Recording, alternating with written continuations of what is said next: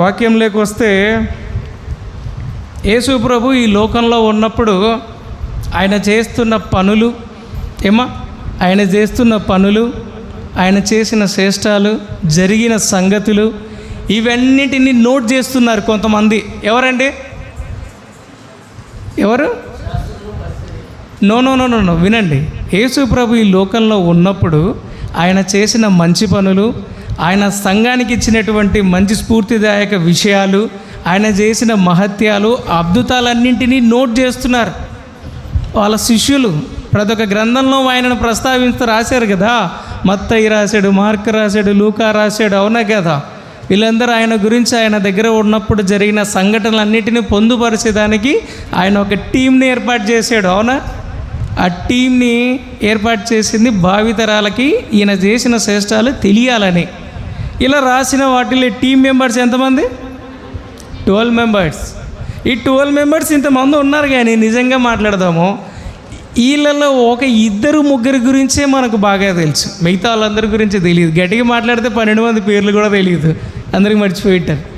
ఒక 2-3 గురించి మాత్రం బాగా తెలుసు. వాళ్ళ పేర్లు ఏమని చెప్తారా వీలైతే? ఏమండి?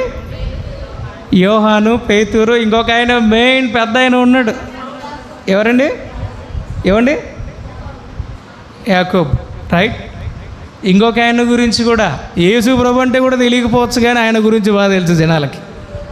యూదా గారే, ఇస్కరియోత్ యూదా. ఈరోజు మన టాపిక్ ఎప్పుడు ఈయన గురించే చాలామంది తక్కువగా మాట్లాడతారు, మనం ఈయన గురించి మాట్లాడతాం. చాలామంది ప్రసంగానికి ముందర మనం దీని గురించి మాట్లాడుకుంటున్నామని ప్రసంగ సారాంశం చెప్తారు కదా. కాదండి, నేను ఇప్పుడైతే ప్రసంగం చెప్తాను. ఈ ప్రసంగానికి ఏం పేరు పెట్టాలో మీరే పెట్టాలి. ఏమంటారు? లాస్ట్లో మీరే పేరు పెట్టండి దానికి. సో నేను చెప్పొచ్చేది వినండి ఒకసారి. ఇస్కరియోతు యూదా, ఈయన గురించి మనం టాపిక్ మాట్లాడదాం. ఇస్కరియోతు యూదా గురించి అందరికీ తెలిసిన విషయం ఏముందండి? కామన్గా ఇస్కరియోతు యూదా ఆ 12 మంది శిష్యుల్లో ఒకడు. ముఖ్యంగా మీరు అందరికీ తెలియాల్సిన విషయం, ఆ 12 మందిలో 11 మంది యూదులే.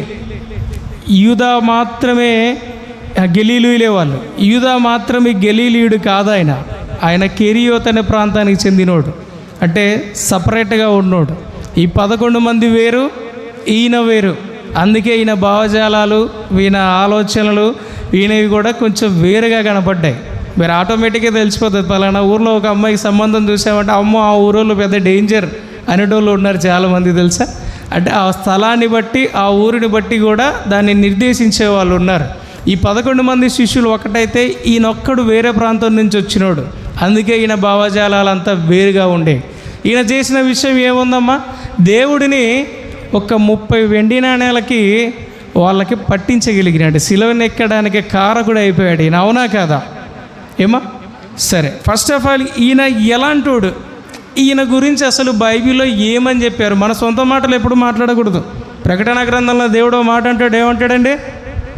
లేని దాన్ని చేర్చనేయకూడదు, మన అక్కర్లకు మన అవసరాలకు మాట్లాడకూడదు, ఉన్నదాన్ని లేదని చెప్పకూడదు, మనకి నచ్చినట్టుగా కన్వీనియంట్గా. సో బైబిల్లో ఈయన గురించి ఏం మాట్లాడారో 2 మాటలు, 10 రిఫరెన్స్లు తిప్పాం అటు ఇటు, నాకు కూడా ఇష్టం ఉండదు ఎందుకో. సో చెబుతా, జస్ట్ ఆయన గురించి ఏంటో చూసి మనం ముందుకు వెళ్దాం. మత్తయి సువార్తలో 10:4 ఏమని రాసిందో ఒక్కసారి మీకు ఇష్టమైతే ఎవరైనా చదవండి. మత్తయి సువార్త 10:4. కనానీయుడైన సీమోను, ఆయనను అప్పగించిన ఇస్కరియోతు యూదా. యేసు ఆ 12 మందిని పంపుచు వారిని చూచి వారికి ఆజ్ఞాపించింది ఏమనగా, మీరు అన్ని జనుల దారిలోకి వెళ్ళకుడి. చాలండి, అక్కడికి పోకండి అని చెప్పి ఈయన చెప్తున్నాడు. ఎక్స్పెషల్లీ ఇక్కడ ఆయనకు ఒక పేరు పెట్టినారు. ఏమని పెట్టినారు అక్కడ? ఎవరైనా అప్పగించిన వాడని పేరు పెట్టినారు ఆయనకి. ఆయన ఒక క్రెడిట్ పొందినట్టే కదా అక్కడ. రెండోది, లూకా సువార్త 6:16 కూడా ఒక మాట చెప్తాడు.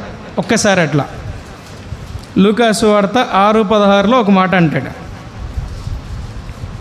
12 మందిలో ఆయన ఒక్కడే అప్పగించిన వాడు. ఆయన వారితో కూడా దిగివచ్చి మైదానమందు నిలిచి ఉన్నప్పుడు, రాంగా అది చదవండి. యాకోబు సహోదరుడైన యూదా, ద్రోహియగు ఇస్కరియోతు యూదా అనివాడు ఆయనతో కూడా దిగి వచ్చి వదిలేయండి. ఇక్కడ కూడా ఇస్కరియోతు అని ఏమని చెప్తున్నారు? ద్రోహి అని చెప్తున్నారు. ఇది మనం చెప్పిన మాటలు కాదు, శిష్యులు చెప్పిన మాటలే. జాన్ యోహాన్లో కూడా 12:6 ఒక్కపారు చూడండి. ఫైనల్ ఇంకా ఏమని చెప్పారు ఈయన? 12:6 వాడు ఇలాగూ చెప్పినది బీదల మీద శ్రద్ధ కలిగి కాదు, వాడు ఎలాంటోడమ్మా? దొంగ. ఏం చెప్తున్నాడమ్మా? ఈయనకు వచ్చేసి ద్రోహి అని, దొంగ అని, మోసగాడని, అప్పగిచ్చినోడని చెప్పి పేర్లు ఉన్నాయి కదా. మిగతా 11 మంది శిష్యులు ఉన్నారు కదండి అక్కడ, వాళ్ళందరినీ ఇలాగే సంబోధించినారా? ఇప్పుడు నిజానికి మనము యేసుప్రభు వెంబట ఈయన ఈయన యేసుప్రభు శిష్యుల్లో ఒకడు కదా అని తెలిసినప్పుడు యేసుప్రభు పొందుకునే ప్రతి మర్యాదలో ఈయనకు కూడా పాలు పంపులు ఉండాలి, అవునా కదా? ఈయనకి ఏం పాలు పంపు వచ్చిందమ్మా ఇక్కడ? వీడొక దొంగ, వీడొక ద్రోహి, వీడు మోసగాడు, ఇలాంటి అమర్యాదకరమైన బిరుదులు పేర్లు పొందినాడు ఈయన ప్రవర్తన బట్టి, అవునా కదా? యేసుప్రభువుడు ఉన్నవాళ్ళు నిజానికి ఆయన కరుణ, ఆయన ప్రేమ, ఆయన చేసిన శ్రేష్టాల ద్వారా ఆ ఇంచుమించు నాలాగే మీరు ఉండాలన్న ఆయన ఆ రకంగా ఉండాల్సిన వ్యక్తి ఏ రకంగా తయారయ్యాడు ఇక్కడ? ఇలాంటి సాక్ష్యాన్ని పొందాడు. నిజానికి మాట్లాడితే చూడండి, యేసుప్రభుని ఆయన ఎంతకు అమ్మాడమ్మా? ఎంతకు అమ్మాడు యేసుప్రభు? ఆయన 30 వెండి నాణేలకు అమ్మాడు. అసలు ఆయనకి యేసుప్రభు అనేటోడు ఎవరు? ఎందుకు వచ్చాడు? అసలు ఈయనకి ఏం చేస్తున్నాడు? ఈయన దగ్గర ఏముంది?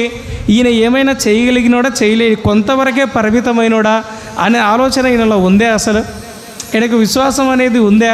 విశ్వాసానికి నమ్మకానికి చాలా తేడా ఉంది. ఇప్పుడు అసలు ఈయనకి యేసు ప్రభు అనేవాడు ఎవడు అనే విషయంలో ఈయనకు అసలు క్లారిటీ ఉందా? ఎందుకు వచ్చాడు అసలు యేసు ప్రభు ఈ భూమి మీదకి? ఏం చేశాడు?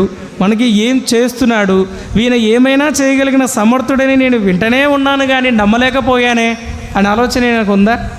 యేసు ప్రభు నిజానికి 30 వెండి నాణేలకి ఈయన అమ్మబడినాడు ఆయన చేత. యేసు ప్రభు కెపాసిటీ 30 వెండి నాణేల అండి. 30 వెండి నాణేల, కనీసం 30 బంగారు నాణేలు కూడా అమ్మలేకపోయాడు ఆయన. అంటే ఆయన దృష్టిలో ఆయన ఎంత తక్కువగా మీన్స్ ఆయన ఎంతో కొంత నా చేతికి వస్తుంది అనుకున్నాడే కానీ ఆయన ఏంటి అనేది గ్రహించలేకపోయాడు, అవునా కదా? 30 వెండి నాణేలు అంటే పెద్ద విలువైనదే మీకు అది చెప్పండి. ఈ రకంగా ఫస్ట్ ఆఫ్ ఆల్ ఈయన యేసు ప్రభుని అమ్మడానికి గల కారణాలలో చూస్తే ఈయనకి డబ్బు మీద ఆశ, అవునా కదా? ఈయన ఏం పని చేసేవాడు యేసు ప్రభు దగ్గర? కోశాధికారిగా ఉండేవాడు, అదే ట్రెజరర్గా ఉండేవాడు. ఆయన చేస్తున్న పనిని బట్టి, ఆయన అధికారాన్ని బట్టి, ఆయన చేసేది డబ్బు చూసుకునేవాడు. అంటే తెలుసు కదండి, ట్రెజరర్. ఈడ మన చర్చిలో ఎంత కానుకలు వచ్చాయి, ఎంత ఖర్చు పెడుతున్నాము, ఎంత మిగిలినాయి, ఇంకా దేని ఖర్చు పెట్టాలని ప్లాన్ చేసేవాడే ట్రెజరర్. పెద్దలందరూ కూర్చొని ఈ డబ్బును సరిచూసేవాడు ఈయన రోజు డబ్బును చూసి డబ్బు మీద ఆయనకి ధనాపేక్ష పెరిగింది. రెండో కారణం ఏం జరిగింది అక్కడ? ఒకవేళ ఆయన ఒకే ఒక రిఫరెన్స్ జాన్ 13:2 ఒకటి చూడండి. ఎందుకు ఈయన యేసు ప్రభును అమ్మాలనుకున్నాడనే విషయం చూసుకుంటే 13:2 వారు భోజనం చేయుచుండగా ఆయనను అప్పగింపవలనని సీమోను ఇస్కరియోతు యూదా కుమారుడు హృదయంలో అపవాది ఇంతకుముందు ఆలోచన పుట్టించి ఉంచెను గనుక. చాలండి, ఇక్కడ ఏమైంది? ఇక్కడ అపవాది గాడు ఆయన హృదయంలో ఆలోచన పుట్టించిన ఆలోచన ఎవరు? అపవాది గాడు.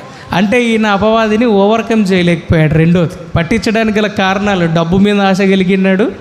ఆ అపవాదిని సాతానుగాడు ఇచ్చే ఆలోచనలకు లోకంలో ఉండే జనాలు కూడా ఇంతే. దేవుడి మీద ఎంతో ఆశగా ఎంతో ప్రేమగా ఉండాలి, నడపాలని అనుకుంటూ ఉంటారు. కానీ ఈ లోకంలో జరిగే కొన్ని విషయాలకు వచ్చే అపవాదిసో ఆలోచనలే. సపోజ్ ఆదివారమే అయ్యింది, ఒక ప్రైవేట్ జాబ్ చేసే వ్యక్తులు ఉన్నారనుకోండి, ఇది పెద్ద నేరమైనది కాదు కదా అనుకుంటారు. నిజంగా ఇది కూడా అపవాది ఆలోచనే. రోజు వాని జీతం 500 అయితే ఆదివారం డ్యూటీకి వస్తే నీకు డబల్ ఇస్తామంటాడు. ఆ 500ని 1000 రూపాయలు చేస్తారు. ఆ 1000 రూపాయల కోసం పోయేటోళ్ళు ఎంతమంది ఉన్నారో తెలుసా? ఇది కూడా అపవాదిగాని ఆలోచనే. ఇలాంటి ఆలోచనలు ఒకటి వచ్చేసి వాడికి డబ్బు మీద ఆశ కలిగింది. రెండోది వచ్చేసి అపవాదిగాడి ఆడు హృదయంలో ఆలోచన తెప్పించినాడు. ఆలోచన ఏమవుతుంది? ఆచరణ అవుతుంది, ఆటోమేటిక్గా తెలిసి. ఎప్పుడు మనం చూస్తూనే టీవీలలో అడ్వర్టైజ్మెంట్లు ఎందుకు ఇచ్చారో తెలుసా? టీవీలలో ఈ ఫోన్ కొనండి, ఈ టీవీ కొనండి, లేదంటే కనుక ఈ ల్యాప్టాప్ కొనండి, తెగ వస్తుంటుంది అడ్వర్టైజ్మెంట్. చూసి చూసి చూసి ఏదో ఒక రోజు ఇలా కొనాలని ఎంపీ కూడా పోతుందా? అట్లనమాట. ఆలోచన అనేది ఆచరణలోకి మనిషి ఖచ్చితంగా తెస్తాడు. ఒకరోజు ఎప్పుడు అనుకోండి, ఒక ఆమె కనపడినప్పుడల్లా నీ మైండ్లో ఒక రకంగా అనుకుంటున్నావు అనుకో, ఒకరోజు కనపడినప్పుడు ఎప్పుడు ఎట్ట మాట్లాడుతున్నావు నాకే తెలియదు అనేటోళ్ళు కూడా ఉన్నారు. ఇక్కడ నీ మనసులో ఏముంటుందో అదే ఆచరణలోకి వస్తుంది. ఇక్కడ యూదా కూడా ఏమనుకుంటున్నాడు, ఈయన పుట్టించిన ఆలోచన ప్రకారం పట్టించాలని చెప్పి ఎదురు చూస్తూ ఉన్నాడు. మూడో విషయానికి వస్తే ఆయన ఎవరు అనే రికగ్నైజేషన్ లేదు. ఫస్ట్ ఆఫ్ ఆల్ ఇప్పుడు నిజానికి దేవుడు ఆయన 30 వెండి నాణాలకు అమ్మినాడు కదా. యేసు ప్రభు తలుచుకుంటే, ఒకవేళ ఆయనకి డబ్బే అవసరం అయ్యింటే, ఒకవేళ దేవుడిని అడిగింటే ఆయన ఇయ్యలేకపోయాడండి 30 వెండి నాణాలు. దేవుడు ఎలాంటోడండి? ఒకసారి హగ్గయి ఉంది కదా, హగ్గయి పత్రికల 2వ 8వ వచనం ఒక్కపారు రఫ్గా చూడండి. హగ్గయి 2వ అధ్యాయం 8వ వచనం ఒకసారి ఊకే రఫ్గా.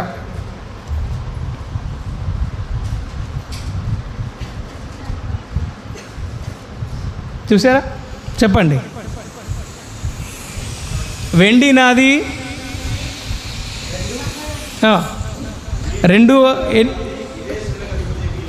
వెండి నాది, బంగారు నాది, ఇదే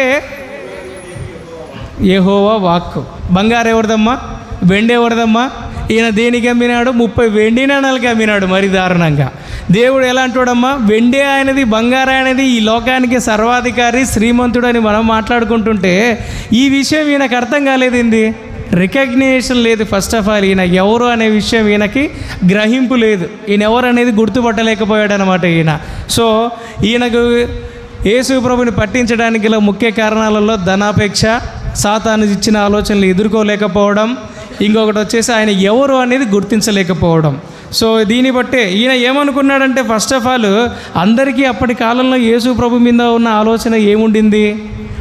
యేసు ప్రభు రాకమును ఒక మెస్సియా అనేవాడు ఒకళ్ళు వస్తాడు, వీళ్ళందరితో పోరాడి మమ్మల్ని ఇడిపిస్తాడనే ఫీలింగ్లో ఉన్నారా లేదా? ఈ రాజుని ఎదిరించాలంటే అవతలవాడు కూడా ఎలా ఉండాలి? ఒక రాజుని ఎదిరించాలంటే అవతల వాళ్ళు కూడా రాజు అయి ఉండాలి, ఒక సైన్యం ఉండాలి. యేసు ప్రభు భూలోకంలోకి వచ్చిన తర్వాత ఏం చెప్పినాడమ్మా? ఏమన్నా జనాలందరినీ రెచ్చగొట్టేలాగా ఇట్లా చేద్దాం, అట్లా చేద్దాం, వాడిని ఓడిద్దాం, వీడిని ఓడిద్దాం, మనల్ని ఇట్లా చేస్తున్నాడు కదా, నా మీద ఇన్ని కుతంత్రాలు పండుతున్నారు కదా అని చెప్పి ఏమన్నా రెచ్చగొట్టే మాటలు చెప్పినాడు ఆయన?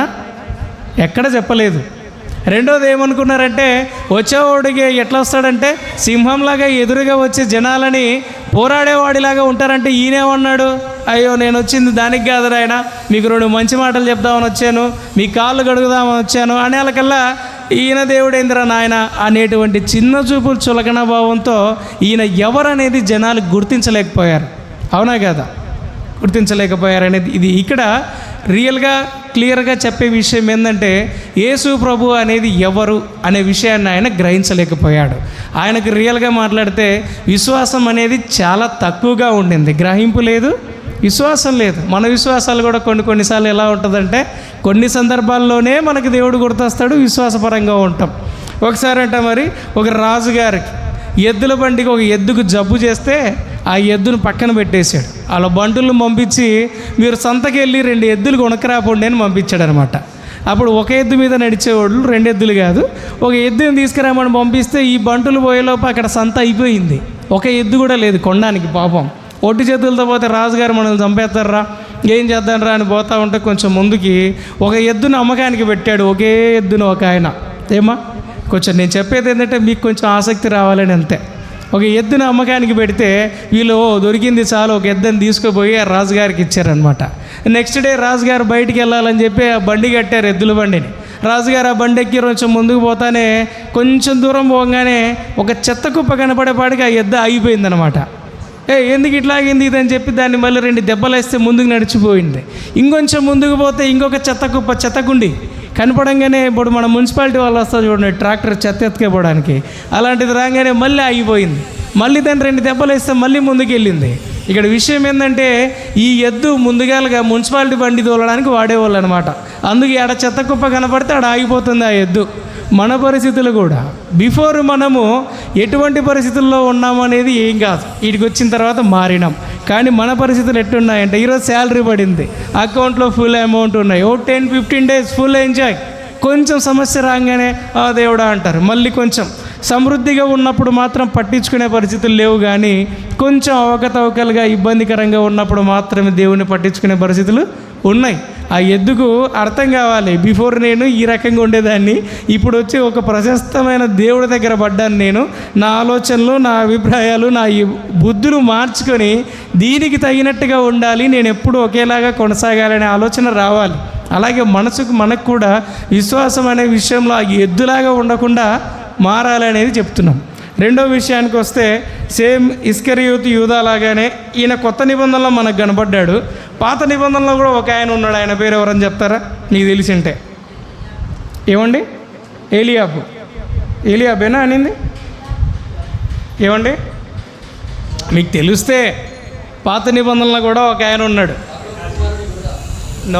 పాత నిబంధనలో కూడా మన యూదా గారిలాగా ఒక ఆయన నష్టపోయిన ఆయన ఉన్నాడు. ఎవరు ఏందని గ్రహించలేక, ఎవరో కాదండి, ఆయన కూడా గెహాజీ అని ఒక ఆయన ఉన్నాడు. చూడండి ఆయన పరిస్థితి ఏంటి మనం చూడాలనుకుంటే 2 రాజుల గ్రంథం 5వ అధ్యాయం మీరు చదివితే క్లియర్గా అసలు గెహాజీ ఎవరు, ఎందుకు ప్రస్తావన వచ్చింది, ఈయన అసలు ఏం చేశాడు, ఏం నష్టపోయాడు, మనకి ఏం నేర్పించాడు అనే విషయం క్లియర్గా ఉంటుంది. ఇక్కడ మనం అయితే మాత్రం సింపుల్గా 2వ రాజుల గ్రంథంలో 5వ అధ్యాయంలో ఏ విషయం ఉందనేది మీకు జస్ట్ ఊకే చెప్తాను, నేను తిప్పమని చెప్పకుండా. తెలుసు కదండి, అక్కడ సిరియా దేశపు రాజు దగ్గర నయమాను అనే ఒక సైన్యాధిపతి ఉంటాడు, అవునా? ఈ సైన్యాధిపతికి ఏదో ఒక రోగం ఉంది. ఏంటమ్మా రోగం? అది కుష్ఠరోగం ఉంటుంది ఆయనకి. కుష్ఠరోగం ఉంటే ఆయన దేవుని ద్వారా ఎక్కువ ప్రేమించబడినవాడు కాబట్టి ఆ దేవుని శక్తి ద్వారా ఈయన మామూలుగా రాజ్యాల మీద గెలుపు పొంది రాజు ద్వారా గనుడై ఉంటాడు ఆయన. ఆ రకంగా ఉండే ఆ వ్యక్తి అక్కడక్కడ పోయిన చోటల్లో అప్పట్లో తెలుసుగా దాసులు దాడ పెద్ద విషయం కాదు. ఓ చిన్నపిల్లని తీసుకొచ్చి ఇంట్లో పడేస్తే పనులు చేసుకోవడానికి ఆయన భార్యకు తోడుగా ఆ పిల్ల చెప్తుంది, ఈయన ఇంత పెద్ద పరాక్రమశాలి రాజు అంటున్నావు, రాజ్యాలను గెలిచినాడు అంటున్నావు, చేసినాడు అంటున్నావు కదా, కుష్ఠరోగంతో సింపుల్గా ఇట్లా అయిపోయాడు పరిస్థితి, ఈయనకి ఇది ఉండడం తగదు, ఇది పోవాలంటే నేను నీకు ఒక మార్గం చూపిస్తా, ఒక స్థలం చెప్తా, వెళ్ళండి అని చెప్తే ఫలానా ఒక ఆయన ఉంటాడు. ఎక్కడ ఉంటాడు? షోమ్రోన్లో ఉండే ఎలీషా దగ్గరికి వెళ్ళిపోండి ఒకసారి మీరు అని చెప్పి చెప్తారు. ఎలీషా దగ్గరికి పొమ్మని చెప్తే ఆ నయమాన్ రాజుగారు ఆ దేశపు రాజుకి రికమెండేషన్ లెటర్ రాస్తాడు. మా ఊరు నుంచి ఫలానా సైన్యాధిపతి వస్తాడయా నీ దగ్గరికి, ఆయనకి కుష్ఠుంది, కుష్ఠరోగం పోగొట్టాలా అంటాడు. ఈడ ఒక కామెడీ విషయం ఏముంటుందంటే రాజుగారు పాపం ఆ లెటర్ చదివి ఈయన నా మీద కొట్లాడడానికి కాకపోతే, ఈయన నన్ను చంపడానికి కాకపోతే, నాతో కొట్లాడడానికి వంక దొరకకపోతే నాకు లెటర్ రాసి కుష్ఠరోగం పోగొట్టడానికి నేను ఏమన్నా దేవునే వైద్యునే, నా మీద ఎందుకు ఇట్లా లెటర్ రాసి పంపించాడని చెప్పి ఆయన అనుకుంటా ఉంటాడు. కిరాడికి పోతే అంటారు, ఈయన ఎలీషా గారు ఏమంటారు, భయపడకండి, ఇక్కడ కూడా ఇలాంటి దాన్ని కూడా సరి చేయగలిగిన వాడు ఒకడు ఉన్నాడు అని ఆ దేశానికి తెలియాలి, కాబట్టి మీరు భయపడాల్సిన పరిస్థితి లేదు, రమ్మనండి అని చెప్పి తీసుకొచ్చిపోతే యాజ్ యూజువల్గా ఆయన ఏం చెప్తాడు, మీరు వెళ్ళి వాగులో మునగండి 3 సార్లు మీరు బాగా అవుతారంటే ఆయన ఒప్పుకోడు. ఆయన అసిస్టెంట్ ఒక సలహా ఇస్తే ఎందుకయ్యా అట్లా అంటావు, ఆయన చెప్పిన దాంట్లో ఎంత వాక్యం ఉందో ఏమో, ఎంత మంచి ఉందో, ఒకసారి మునిగి చూస్తే పోయేదేముంది అని ఆయన చెబితే మునిగి చూసి పైకి వస్తే ఏమవుతాడు ఆయన దేహం పసిపిల్ల దేహం వలె మంచు వలె తెల్లగా అయిందన్నట్టుగా ఇక్కడ ఉంది, అవునా కాదు? ఇదంతా జరిగిన సంఘటన. ఇక్కడ మనం మాట్లాడతాం. ఇక్కడ సీనియర్ యూదా, జూనియర్ యూదా అయిపోయాడు ఇప్పటిదాకా. ఈయన పరిస్థితి ఏమవుతుందంటే గెహాజీ అనేవాడు మన ఎలీషా గారికి అసిస్టెంట్గా పనిచేస్తుంటాడు. ఎలీషా గారు ఫస్ట్ ఆఫ్ ఆల్ ఎలీషా గురించి తెలిస్తే మీకు ఏంటనేది తెలుస్తుంది. మన పాత నిబంధనలో కూడా ఇంకొక విషయం ఉంది. నెబుకద్నెజరు గురించి అందరికీ తెలుసని నేను అనుకుంటున్నాను. నెబుకద్నెజరు ఒక సందర్భంలో ఒక మాట అంటాడు దేవుణ్ణి పొగుడుతూ. ఏమంటాడు? మహోన్నతుడైన ఈ దేవుడు అని చెప్పి ఆ దేవుణ్ణి చాలా గొప్పగా మాట్లాడుతూ ఈయనను తప్ప మీరు ఇంకెవరిని పూజించకూడదని చెప్పి ఆ దేశంలో వాళ్ళందరికీ ఆజ్ఞ ఇస్తాడు, అవునా కదా? తెలుసా ఈ విషయం? నెబుకద్నెజరు ఈ మాట దేవునికి ఫేవర్గా చెప్తాడు. అది ఆ మాట చెప్పడానికి ముందు ఏం జరిగిందో తెలియకపోతే ఆ మాట అందరూ ఏమనుకుంటారు, ఓ రోజు ఇన్నలక్క చర్చకు వచ్చే మంచి దేవుని మీద ప్రేమతో మీరు కూడా నమ్ముకోండి అని చెప్తున్నాడు అనుకుంటాం మనం, అవునా కదా? ఆయన దేవునికి విరోధా లేకపోతే దేవునికి ఇష్టంగా నడుచుకున్నాడా? దేవునికి పరమ విరోధ. ఎలాంటి విరోధం అంటే ఎంత ఆయన చెండాలని చెబితే మీరు అసలు ఆయన ఒకరోజు నిద్రపోయి ఒకరోజు కలగంటాడు.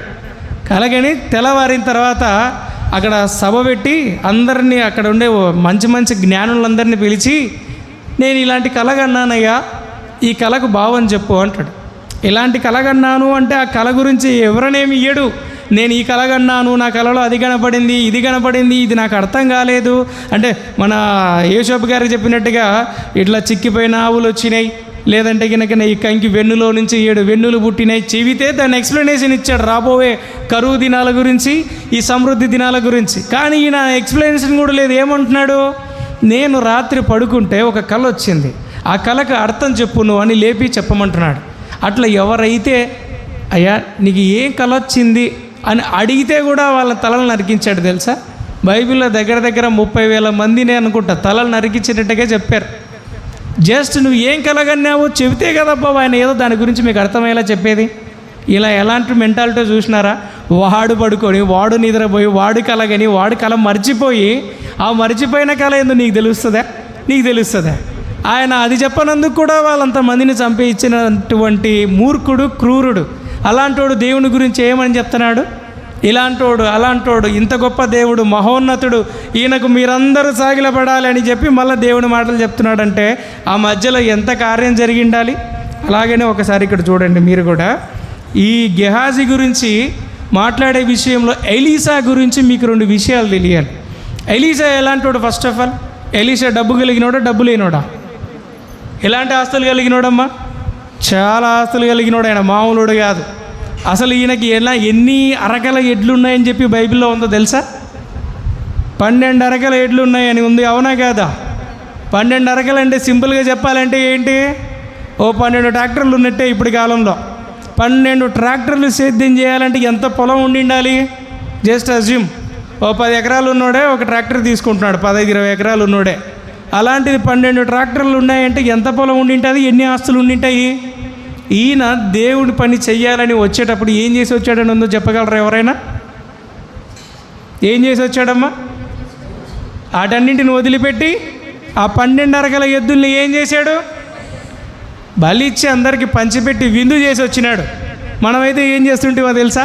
12 ట్రాక్టర్లు అమ్మి డబ్బులు తీసుకొని పిల్లల పేరు మీదనో పిల్లం పేరు మీద బ్యాంకులో డబ్బులు వేసి తీసుకొచ్చేవాళ్ళం. ఈ మంచిగా 12 ఎద్దులను అమ్మి ఆ డబ్బులు పిల్లలకి ఇచ్చి వచ్చినాడా? అవన్నీ కూడా తీసుకొచ్చి దానిని నరికి తునకలుగా చేసి గొడతనగల వంట చేసి అందరికి పంచిపెట్టి వచ్చినాడు. అంటే ఈ మంచి డబ్బుని ఏం చేసినాడా? క్లెయిమ్ చేసినాడా? నో. దేవుడు పని చేయాలనే విషయంలో మాత్రం వీళ్ళకు బాగా ఆసక్తి కలిగి వచ్చినాడు. ఇలాంటి దగ్గర ఉన్నటువంటి అసిస్టెంట్ ఎవరమ్మా? గెహాజీ పరిస్థితి చూద్దాం. ఇప్పుడు ఎలీషా పరిస్థితి ఇలాంటిది. ఇప్పుడు సపోజ్ ఇప్పుడు రమేష్ ఒకళ్ళ దగ్గర పనిచేస్తున్నాడు, అన్న ఒకళ్ళ దగ్గర పనిచేస్తున్నాడు, వాళ్ళ బాస్ దగ్గర పనిచేస్తున్నామంటే నా బాస్ ఎలాంటోడు, ఏం చేశాడు, ఏం చేసి ఇక్కడికి వచ్చాడు, ఎలా ఉండినాడు అనేటువంటి విషయము ఈయనకు తెలియచుకోవాల్సిన కనీస కామన్ సెన్స్ అవునా కాదా? యూదా తెలిసి చేసినోటోడు అక్కడ. ఈ గెహాజీ నిజంగా చెప్పాలంటే అమాయకుడు, పనికి మళ్ళీ పని చేసాడు ఈయన. ఇక్కడ ఈయన చేసిన పని ఏంటో చెప్తా చూడండి. ఆయన దగ్గర అసిస్టెంట్గా ఉండి నా యజమాని ఎలాంటోడని తెలుసుకోకపోవడం, నిజంగా చెప్తున్నా ఇప్పుడైనా కూడా నా ఎక్స్పీరియన్స్తో కూడా, నాకు కూడా 33 సంవత్సరాలు, నేను కూడా చాలా జాబులు చేశా. రైట్ నో దేవుడి మహాకృపను బట్టి నేను జాబ్ మానేసి నేనే 2 జాబ్ ఇస్తున్నా. సో నేను చెప్పొచ్చేది ఏంటంటే, మనం ఒకరి దగ్గర పని చేస్తున్నామంటే కనీస బాధ్యత, వాళ్ళు ఎవరు, ఏంది, ఎలాంటి మనస్తత్వం, వీళ్ళు ఈ త్యాగపూర్వకమైన జీవితం ఏముంది, వీళ్ళలో విప్లవాత్మకమైన జీవితం ఏముందని తెలుసుకోవాలి. కనీస కామన్ సెన్స్ మనం పనిచేస్తున్న ఒక అధికారి పరిస్థితి ఎలా ఉందనేది. ఈయన ఆ ఎలీషా గారు ఎలాంటి వాళ్ళనే విషయం కూడా తెలుసుకోలేకపోయాడు. ఇప్పుడు ఆయన ఏం చేస్తున్నారంటే, నయమాన్ గారి ఆరోగ్యం బాగైపోయింది. అవునా కాదా? నయమాన్ గారి ఆరోగ్యం బాగైపోతే ఆయన ఏమేమి తీసుకురావాలని అనుకున్నాడు ఒక్కసారి మీరైతే చూడండి. 5వ అధ్యాయంలోనే 22వ వచనం చదవండి, చూద్దాం.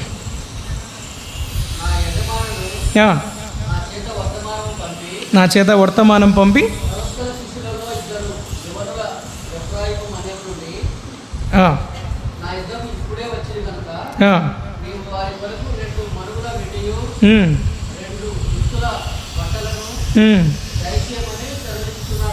ఓకే, చాలు.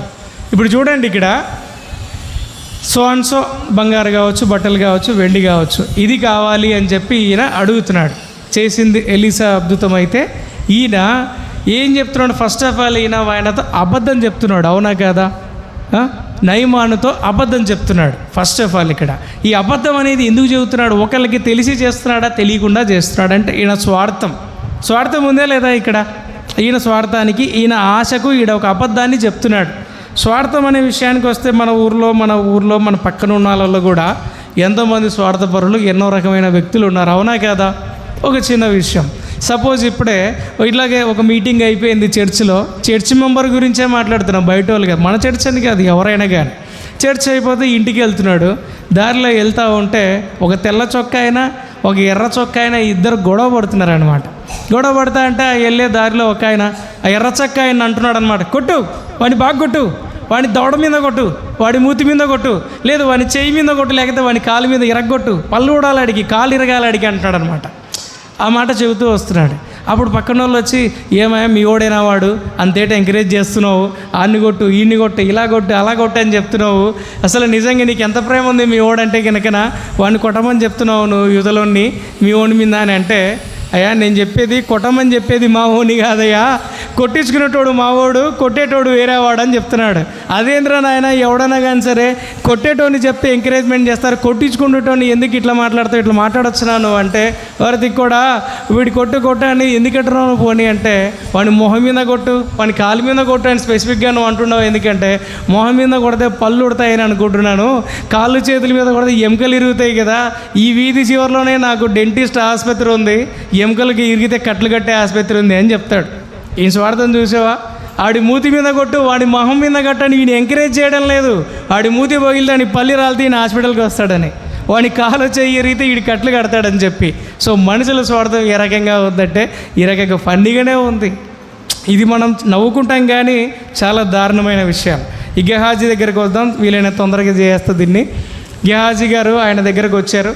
ఆయన దగ్గరకు వచ్చి, ఇట్లా మా యజమాని నన్ను పంపించాడు, నిన్ను బాగు చేసినందుకు గాను నాకు 2 మణుగుల వెండి, 2 దుస్తులు ఇమ్మని చెప్పి అడిగాడు. అవునా కాదా? ఇక్కడ ఆయన రాలేకపోయాడు, నన్ను పంపాడు అన్న విషయము అబద్ధమే. ఈయన అక్కడి నుంచి వెళ్ళిపోయిన తర్వాత కూడా యజమాని అడుగుతాడు, నువ్వు ఎక్కడికి పోయినావు, నువ్వు ఏం చేసినావు అని అడిగితే ఏమంటాడు? నేను ఎక్కడికి పోలేదు, ఇంట్లోనే ఉన్నాను అని అడిగినప్పుడు యజమాని అంటాడు, అరే నువ్వు నన్ను వదిలిపెట్టి వాని ఎంట పడిపోయినావు కదా నాయమాన్ దగ్గరికి, ఇది కావాలి అది కావాలని, నువ్వు అటు వెళ్ళినప్పుడు నీ అమ్మడి నా మనసు రాలేదా అని అడుగుతాడు. మనసు రాలేదా అంటే దేవుని భయమే. మనం ఒక పని చేస్తున్నప్పుడు, ఏదైనా ఒకటి చేస్తున్నప్పుడు, దేవుడు చెప్పింది కాదు అని అతిక్రమించి చేస్తున్నప్పుడు దేవుడి మనస్సు మన అమ్మడు ఉందా లేదా? అవునా కదా? ఉందా లేదా అని ప్రశ్నించాలన్నట్టుగా నా మనసు నీ అమ్మడు రాలేదా?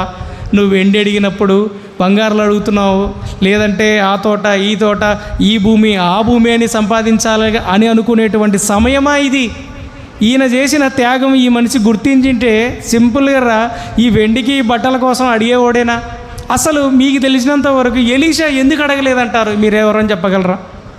ఎలీషా ఎందుకు అడగలేదు? అసలు వద్దన్నాడు కదా ఆయన ఇస్తుంటే, ఎందుకు వద్దన్నాడు? అప్పుడున్న పరిస్థితులను బట్టి దీన్ని ఒక్కొక్కరు ఒక రకంగా మాట్లాడతారు.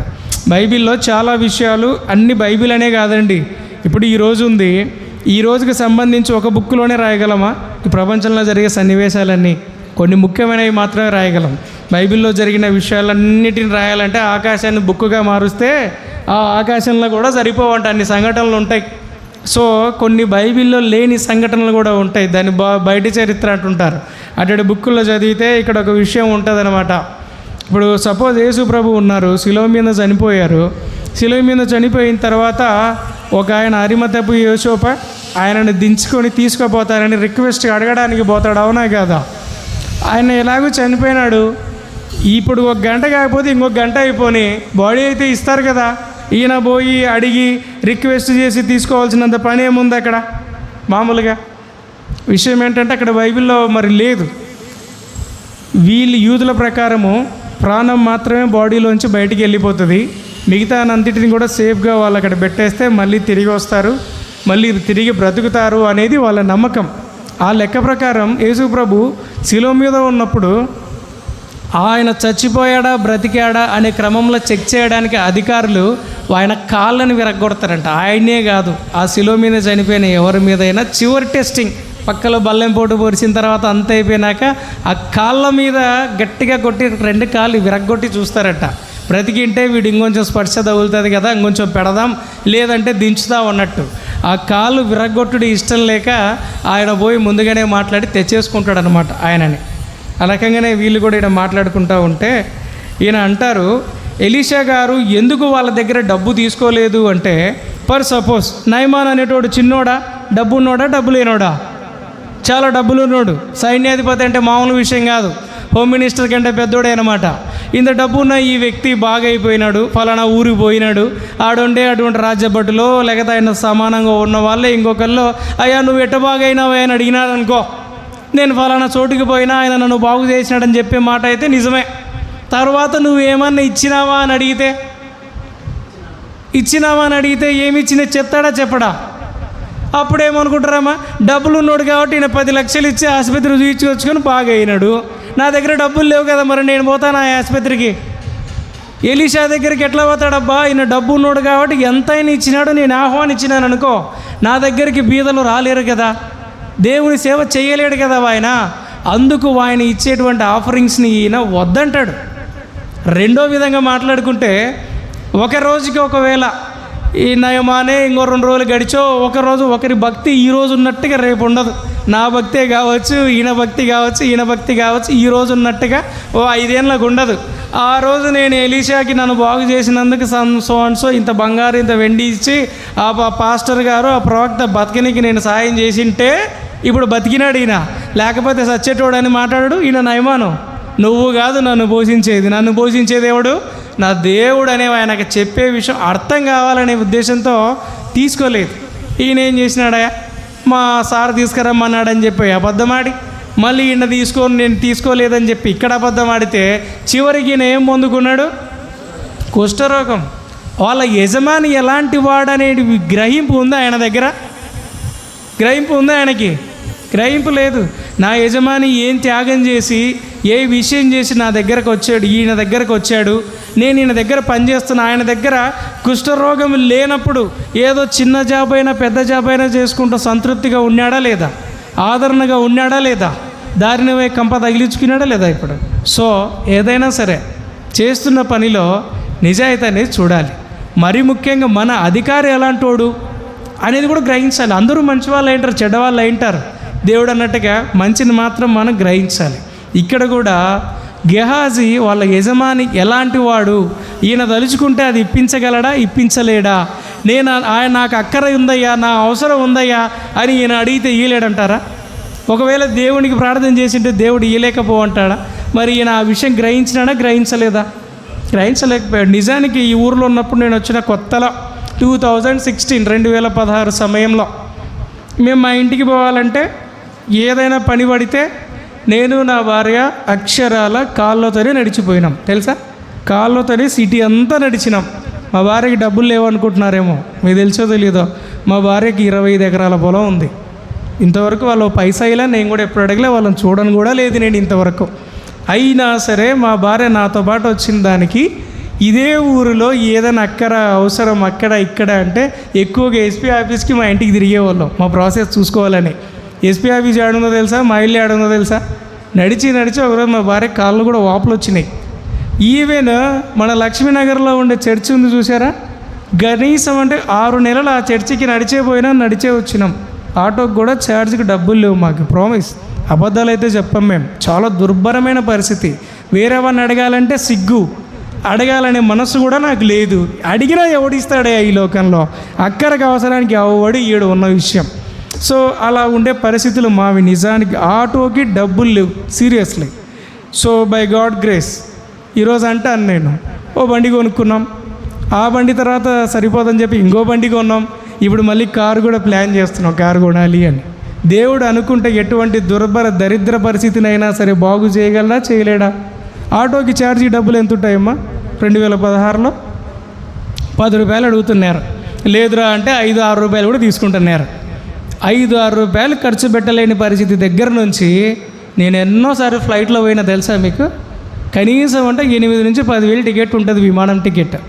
చాలాసార్లు అనుకుంటాను నేను, అసలు నేను ఒక్కడిని ఇక్కడ కూర్చున్నా చూడు, మా ఇంట్లో వాళ్ళు కానీ, మా బంధువులు కానీ, నా చుట్టుపక్కల తిరిగే వాళ్ళు ఎవరు లేరు చూడు, వాళ్ళందరికీ ఏంది నన్ను కూర్చోబెట్టాడు కదా అని నాకు చాలా హ్యాపీగా ఫీల్ అవుతుంటుంది. సో దేవుడు అనుకుంటే నిజంగా చెప్తాను, ఎటువంటి దరిద్ర పరిస్థితినైనా సరే బాగు చేయగలిగిన సమర్థుడైన. వీళ్ళకెందుకు అనిపించలేదో నాకు అర్థం కాలేదు ఇప్పటికి కూడా. నిజానికి మనం ఎటువంటి విషయాలు అంటే విశ్వాసంలో జారిపోయే విషయంలో ఒకవేళ అసమర్థులుగా ఉండొచ్చేమో, కానీ దేవుణ్ణి అడిగే విషయంలో అసమర్థులుగా ఉంటే మాత్రం దరిద్రులమే మనం. ఆయన ఇస్తాడు, నువ్వు అడగలే నేను ఈలే అంటున్నాడు ఆయన. మనం అడగాలి. ఈడ అడక్కోకుండా లేనిపోనివని దారిన పోయేవని తగిలించుకొని ఆయనేమో ఒలివ చెట్టుకు ఉరేసుకొని చచ్చిపోయాడు. ఈయన చూస్తేనేమో కుష్టి తగిలించుకున్నాడు. అవునా కదా? ఆయనకు అక్కడ దేవుడు అంటే ఎవరో, ఎందుకు వచ్చాడో, ఏం చేశాడో గ్రహింపు లేదు. 30 వెండి నాణ్యాలకి ఈయన ఈక్వలా అని కంటే వేరే వాడెవడో అధికారం ఇస్తాడనో, వాడి సావాసం ఉందనో, వానమ్మడి తిరిగి వానమ్మడి చాలామంది జనాలు కూడా ఇప్పుడు అంతే. వాడేమో ఇస్తాడు, వాడేమో చేస్తాడు, ఈ నాయకుడు చేస్తాడు, వాళ్ళు వీళ్ళమ్మడి తిరుగుతారు. ఒకరోజుగా పోరానైనా ఏం లేదు పో అని యూదాను దొబ్బితే అటు వాళ్ళమ్మడి తిరగలేక వీళ్ళమ్మడి తిరగలేక సచ్చేవాళ్ళు కూడా చాలామంది ఉన్నారు. ఇలాంటి చేష్టాలు వద్దండి. దేవుడు ఒక మంచి మార్గం చెప్పినాడు. సో అండ్ సో ఇలా ఉండు, ఇలా ఉండు, ఇలా ఉండు. ఉండడానికి ఏమన్నా నీకేమో తక్కువ ఇస్తాడు ఆయన గ్రహింపు లేక అలా చచ్చిపోతే ఈయన ఇలా అంటించుకున్నాడు. నిజానికి నాకు అనిపిస్తుందండి, ఎప్పుడైనా సరే ఈ కొత్త నిబంధనలు నేను ఈ 4 అధ్యాయాలు చదివేటప్పుడు యూదా గురించి చదువుతూ ఉంటే నాకేమనిపిస్తుంది అంటే, యూదా ఉరేసుకోకపోయి ఉంటే బాగుండేదేమో అని. యూదా చేసినట్టు బైబిల్లో చేసిన వాళ్ళు ఎవరు లేరా? యేసు ప్రభు కోపపడిన మాట నిజమే, ఆయన గురించి సాక్ష్యం కూడా చెప్పాడు, ఇలాంటోడు పుట్టకపోవడమే మేలని. పేతురు ఏమని అన్నాడు? నా చచ్చిపోయేంత నా మరణం నా ఎమ్మడొచ్చినా నిన్ను నిడిచిపెట్టనని పెద్ద పెద్ద భారీ మాటలు చెప్పాడు. అవునా కదా? కానీ ఏం చేశాడు?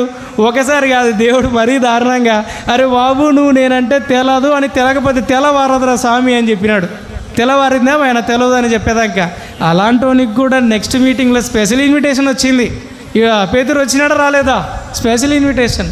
యూదా కూడా పాపం కొంచెం కంగారు అవ్వకుండా, అయ్యా జరిగిపోయిందని అంటే మన దేవుడు వద్దంటాడా? చంపుతూ ఉంటే కూడా అరే వీళ్ళకి తెలియక చేస్తున్నారు, కానీ నేను ఎవరో తెలిస్తే ఇట్లా చేస్తారా, క్షమించని చెప్పిన మనిషి కదా ఆయన. ఇలాంటివి ఈయనని ఎక్సెప్ట్ చేసేవాడు కాదంటారా? యూదా తొందరపడ్డాడు ఇక్కడ.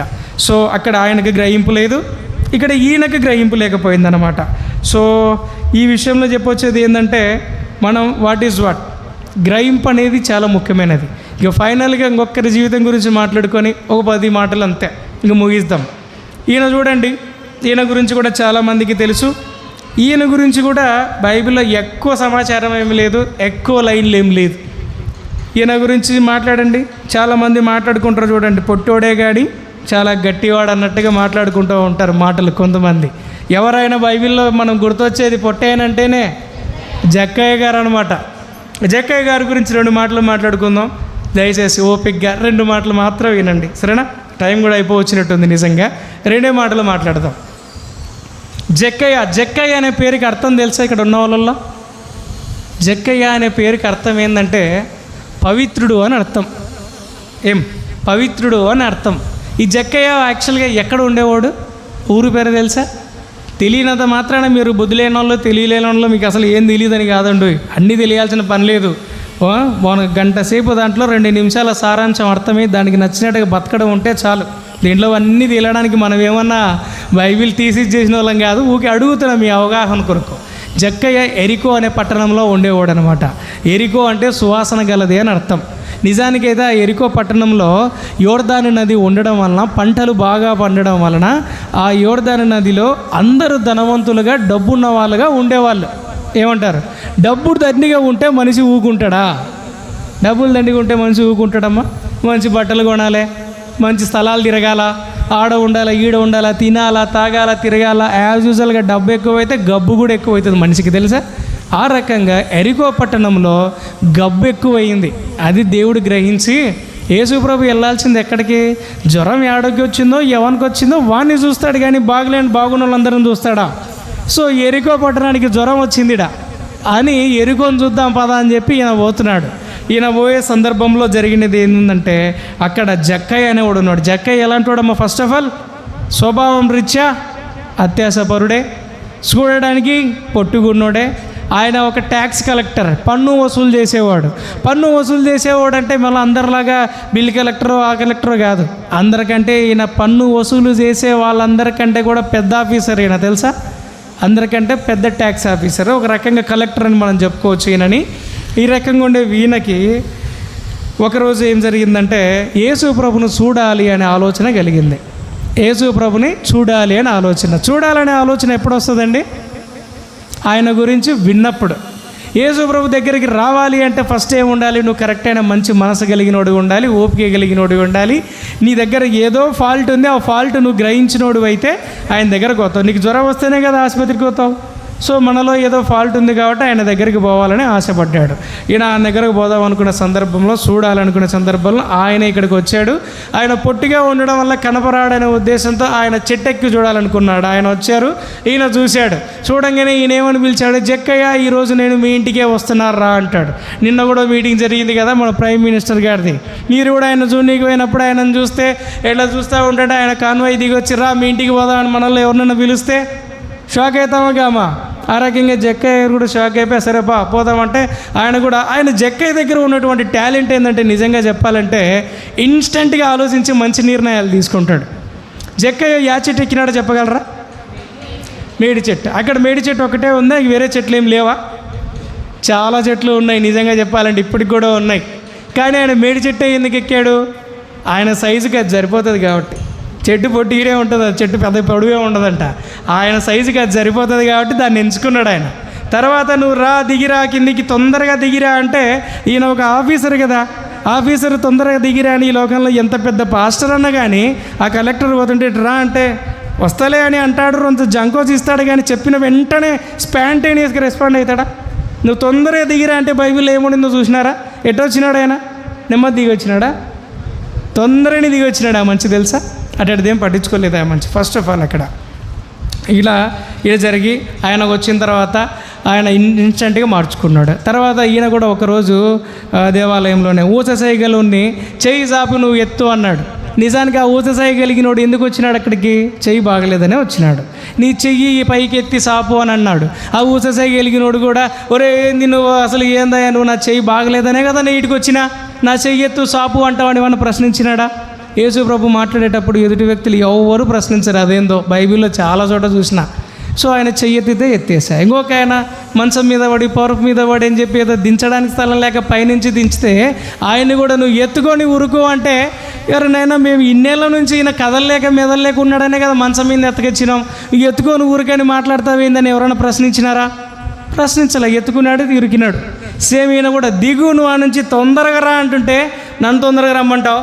అసలు నిజానికి జక్కయ్య చెట్టు ఎక్కేటప్పుడు ఎవరు చూడలేదు, దిగేటప్పుడు ప్రపంచం అంతా చూస్తుంది. ఆయన పక్కన ఉంటే మనల్ని కూడా అట్లే గ్రహిస్తుంది. ఇప్పుడు ఎవరు గ్రహించకపోవచ్చు. ఆయన మన పక్కకు వస్తే, మన దగ్గరకు వస్తే ప్రపంచం అంతా కూడా మనల్ని గ్రహిస్తుంది. దిగి వచ్చినాడు, మాట్లాడినాడు. సరే మీ ఇంటికి పోదాం రా అంటే పోయినాడు. నిజానికి ఒక ఆయన నిన్న మెసేజ్ చెప్తుంటే విన్నాను, నిన్న కాదు విన్నాను. ఆయన జక్కయ్య ఇంటికి పోతానే జక్కయ్య యేసు ప్రభుకి నీళ్ళు కడుక్కోమని ఒక చెంబు ఇచ్చినాడంట. ఆ చెంబు వెండి చెంబు అంట. వెండి చెంబు అంటే జక్కయ్య చేతిలో ఉండే చెంబుకెళ్ళే చూస్తున్నాడంట దేవుడు. అట్లనే ఏదైనా దేవుడి నా చెంపుకెళ్ళే చూస్తున్నాడు ఈయన అసలు అని చూస్తే ప్రభు ఓకే ఈ మంచం మంది వానికి వెనక్కి ఇచ్చేచ్చలే నేను అంటున్నాడట ఆయన. సో జక్కయ్యకి ఇమ్మీడియట్గా అక్కడ వాట్ ఈజ్ వాట్ అర్థమైపోయింది. వచ్చినోడు మామూలోడు కాదు, నేను ఇన్నాళ్ళు చూడాలనుకున్నోడు మామూలోడు కాదు. సో నేను ఈయన దగ్గర నా ఆటలు సాగవు ఇంకా అని చెప్పకముందే అన్నీ చెప్పేస్తున్నాడు అనమాట ఆయన. ఇంకేమంటున్నాడు? నేను సంపాదించిన దాంట్లో అంతా సగం ఇస్తా, అది కూడా ఏంది ఒక్కొక్కనికి 1/4 4 వంతులు ఇస్తా అంటున్నాడు. రొంత కాదు ఈయన. ఎంత ఇస్తా అంటున్నాడు? 4 వంతులు నేను వెనక్కి ఇస్తా అంటున్నాడు. అంటే ఎంత తీసుకున్నావో, ఎంత తీసుకోకూడదని పెట్టుకోకూడదని నాకు తెలుసు కదా, మరి ఎందుకు తీసుకున్నాడు అనేది వెనక్కి ఇచ్చే మనస్సు కలిగింది. ఒక విషయం మీరు ఎప్పుడన్నా గ్రహించినారో లేదో, ఈడ సుంకం కట్టించుకునే వాళ్ళని బైబిల్లో పెద్ద బూతుగా చూస్తారు కదా. ఈరోజు మీరు ఇంటి పన్ను కడుతున్నారా కడతలేరా? కడుతున్నారా మీరు ఎవరన్నా ఇంటి పన్ను? కొలాయి పన్ను కడుతున్నారా? నీళ్ళ పన్ను? మరి ఇప్పుడు పన్ను కడుతున్నారు కదా, అప్పుడు పన్ను కట్ట నీకు ఎందుకు ఏడ్చినారు నాకు తెలియక. ఏదో పన్ను కట్టేవాడిని పెద్ద దొంగగా చూస్తున్నారు ఎందుకు? విషయం ఒక మాట, టైం అయితే ఎక్కువైంది, ఇంకొక 2 నిమిషాలు అయిపోతుంది. ఎందుకు పన్ను కట్టేవాడిని దొంగగా చూశారంటే ఒక 2 విషయాలు. ఈయన జక్కయ్య గారు యూదులు ఏమంటారు, ఈయన పనిచేసింది రోమా వాళ్ళ దగ్గర. రోమా వాళ్ళు అనేది జాచి వాళ్ళు అనమాట. యూదులు కొంచెం సౌమ్యులే. యూదులు వాళ్ళ దగ్గర పనిచేస్తే ఎవరైతే యూదులు రోమా వాళ్ళకి అనుకూలంగా ఉంటారో వాళ్ళు మన తెలుగోడు బ్రిటిష్ వాళ్ళ దగ్గర పనిచేస్తున్నాడంటే వీని ఆశకి వీని లాభానికి పోయి వాళ్ళ దగ్గర పనిచేసినాడు కదా. పనిచేస్తే వీడిని కూడా దొంగనాయలాగానే పరిగణించేవాళ్ళు. అక్కడ ఇంకో విషయం ఏంటంటే అప్పటి సుంకపుదారులకు జీతాలు ఇచ్చేవాళ్ళు కాదనమాట. నువ్వైతే గవర్నమెంట్కి 10 రూపాయలు కట్టు, ఎంత నువ్వు వాళ్ళ దగ్గర తీసుకుంటావు అనేది మేము అడగంగా నిన్ను అని రూల్. అప్పుడు సుంకం కట్టించుకునే జక్కయ్యకు జీతం ఇయ్యం నీకు, నువ్వు మాకైతే 10 రూపాయలు కట్టు ఒక్కొక్క మనిషి దగ్గర, నువ్వు వాని దగ్గర ఎంత తీసుకుంటావో నీ ఇష్టం అన్నప్పుడు 10 రూపాయలు సుంకమే కదా మేము కట్టాల్సింది, మీరెందుకే ఇంత తీసుకుంటున్నారు అని చెప్పే అప్పుడు సుంకర్లు అంటే కనుక జనాలకి చాలా అసహ్యమైన భావజాలంతో మాట్లాడేవాళ్ళు. ఇలాగే సంపాదించినాడు ఈయన, అన్ని లంచాలు తీసుకొని మోసాలు చేసి తీసుకొచ్చిన ఆయన నీకు ఇచ్చేస్తాను, ఇదంతా పాపపు సొమ్మయ్య అని చెప్పి ఈయన ఒప్పుకున్నాడు అనమాట. ఇంకా ఈ రోజుకి మనకైతే టైం లేదు, నిజంగా నేను అనుకున్నది వేరు, జరిగిపోయింది ఇలా జరిగిందండి. ఈ రకంగా నేను చెప్పొచ్చేది ఏంటంటే ఈయన చెట్టు మీద ఉండంగానే యేసు ప్రభుని చూడాలి అనే ఆలోచన వచ్చిందంటే దాని అర్థం ఏంది? యేసు ప్రభు అనేవాడు ఈయన ఒక గొప్ప వ్యక్తి, అందరిలాగా కాదు, ఒక ఆర్డినరీ పర్సన్ కాదు, ఈయన కొంచెం స్పెషల్ పర్సన్ అని ఒక గ్రహింపు వచ్చింది. చెట్టు మీద ఉండగానే నువ్వు దిగిరా అన్నప్పుడు దిగిపోకపోతే ఎట్లబ్బా, ఈయన నన్ను పిలిచినాడు కదా, నేను ఈయన దృష్టిలో ఏదో అంటే ఒక మంచిగా ఉండనని గ్రహింపు వచ్చింది. వచ్చినోడు ఇంటికి పోదాను రా అంటానే ఈయన నన్ను ఇంకా యాక్సెప్ట్ చేసినాడు, నన్ను అబ్రహాం కుమారునిగా ఫైనలైజ్ చేస్తున్నాడు అనేటువంటి గ్రహింపు వచ్చింది. ఆడికి వచ్చిన తర్వాత నాలో ఉండే గబ్బల్లో ఈయనకు తెలిసిపోయింది, నేను ఈయనకి ఇవన్నీ దాచిపెట్టడం కరెక్ట్ కాదనే విషయం ఆయనకు అర్థమైపోయింది. ఈ అర్థమైనోడు ఏమైనాడు? అబ్రహాముకి కుమారుడు అయిపోయినాడు ఆయన, అవునా కదా? ఈ గ్రహింపు లేని వాళ్ళిద్దరు ఏమైపోయారు? ఆ రకంగా జరిగిపోయింది. జరిగిన సంఘటనలు ఏమైనా కానీ సరే ఇలా ఎరికో గోడలంటే ఇంకొక మాట చెప్తాడు. ఎరికో అనే మాట వచ్చింది కాబట్టి ఈ మాట కూడా నేను అదే పెద్ద మనిషి చెప్తే విన్నా. సండే స్కూల్లో పిల్లల పైన ఉంటారు అనమాట. ఒక పెద్ద ఆయన మనలాంటి ఒక పెద్ద ఆయన స్కూల్ చర్చ్ అయిపోయినాక సండే స్కూల్ పిల్లోని పట్టుకొని, అరే ఎరికో గోడలు ఎవరు పడగొట్టినారా అని అడిగినాడంట. ఆ పిల్లోడు అంటాడు, నేను పడగొట్టలేదు సార్ అంటాడు. ఆ పెద్ద ఆయనకి చెబుతా అంటే వీడేంద్ర ఇట్లా మాట్లాడుతాడు, వీళ్ళకి చెప్పే ఈ సండే స్కూల్ టీచర్ ఏం మాట్లాడుతుందని సండే స్కూల్ టీచర్ని పిలిపించి, ఏమ్మా ఎరికో గోడలు ఎవరు పడగొట్టారంటే మీ పిల్లలు నేను పడగొట్టలేదు సార్ అంటారంటే ఆ ఏమంటుంది, సార్ మా పిల్లలు చాలా మంచోళ్ళు సార్, ఎరికో గోడలు వాళ్ళు ఎందుకు పడగొడతారండి, వాళ్ళు మంచోళ్ళు అండి అంటుంది. ఆయమ్మనమాట. అంటుందని చెప్పి పెద్ద ఆయన పాస్టర్ గారిని పిలిచి అడిగితే, ఎందుకు ఇట్లా చేస్తున్నారు మీరు, ఈమె చూస్తే మేము పడగొట్టలే అంటారు, మా పిల్లలు మంచోళ్ళు అంటారంటే, సార్ మా పిల్లలు మా టీచర్ ఇద్దరు మంచోళ్ళే సార్, మీరు ఎందుకు సార్ అట్ట తప్పు పడుతున్నారని ఈయన అంటున్నాడు. బైబిల్లో జ్ఞానం తెలకపోతే దీంట్లో ఏముంది ఏం లేదని నేనేం చెప్పినా మీరు గుడ్డిగా వినకూడదు. చదువు రానోళ్ళు వినాలి, చదువు వచ్చిన వాళ్ళు చదవాలి. దీంట్లో నేను చెప్పేది నిజమా అబద్ధమా అసలు ఉందా లేదా అని మీకు అర్థం అవ్వాలంటే ఇది తెలియాలి. ఎరికో గోడలు పడగొట్టింది వీళ్ళ, ఆ స్తుతులతో ఆ ప్రార్థనలతో దేవుడే పడగొట్టినాడు, అవునా కదా? సో రకంగా గ్రహింపు లేక ఆయన చనిపోయాడు, గ్రహింపుతో కుష్ఠును పొందాడు, గ్రహింపుతో ఈయన, గ్రహింపు లేక వాళ్ళిద్దరైతే గ్రహింపుతో ఈయన దేవునికి కుమారుడు అయినాడు. ఎంత మంచి స్టేట్మెంట్ తెలుసా? యేసు ప్రభువే అంటున్నాడు, ఏమంటున్నాడు? ఈయన అబ్రహాం కుమారుడు అని. దావీదు గురించి ఒక మాట అంటాడు తెలుసా? ఏమంటాడు? దావీదు నాకు హృదయానుసారుడు అంటాడు. యేసు ప్రభు నోట్లో నుంచి ఆ మాట వస్తుందంటే అవతలోడు ఇంకెంత క్యారెక్టర్ ఫెలో అయి ఉండాలి నిజంగా. అసలు నాకు ఆ మాటను ఎప్పుడైనా చదివితే భలే ఆశ్చర్యంగా అనిపిస్తుంది. ఆయన ఇంకొక మాట కూడా అంటాడు, శతాధిపతిని అనుకుంటా కదా, నువ్వు మా ఇంట్లో మా పనిచేసేవాడికి బాగలేదని చెబితే ఆయన నేను రావాలా అంటే, నువ్వు నా దగ్గరకు వచ్చేంత మంచోని నేను గాను, పోనీలే నేను తీసుకొస్తున్నా అంటే కనుక నేను నీ దగ్గరకు వచ్చేంత మంచోని కాదా, నువ్వు ఆడనే ఉండి జస్ట్ నువ్వు మాట మాత్రం సెలవికి బాగా అయిపోతాడు అంటాడు. ఇలాంటివని నేను చూడనే లేదని ఆయన స్టేట్మెంట్ ఇస్తాడు. ఈయనిచ్చే స్టేట్మెంట్లో మనం ఉన్నామంటావా? ఒక్క సందర్భంలో మన గురించి ఆయన స్టేట్మెంట్ ఇవ్వచ్చు అనే ఫీలింగ్ మీకు ఎవరికైనా ఉందా? సో ఉండాలి మనం. సో దేవుడిచ్చిన జ్ఞానాన్ని బట్టి నేనైతే ఈ విషయంలో గొప్ప అనుభవజ్ఞుని అయితే కాను, కానీ నాకు కొన్ని మాటలు మీతో పంచాలనే ఉద్దేశంతో మాట్లాడాలనే ఆశతో మాట్లాడినాను. ఈ విషయాల్లో మన ముందున్న పెద్దలు ఎవరైనా సరే నేను మాట్లాడిన వాటిల్లో ఏదైనా తప్పులుంటే దయచేసి వాటిని మన్నించాలని, ఈ చెప్పిన ఈ కొద్దిపాటి వాక్యాలని దేవుడు ఆశీర్వదించి ఇవన్నీ మీ జీవితాలకు ఒక్కటైనా పనికొచ్చే విషయంగా అవుతుందని ఆశిస్తూ దేవుడికి కృతజ్ఞతలు చెప్తూ మీ అందరికీ వందనాలు.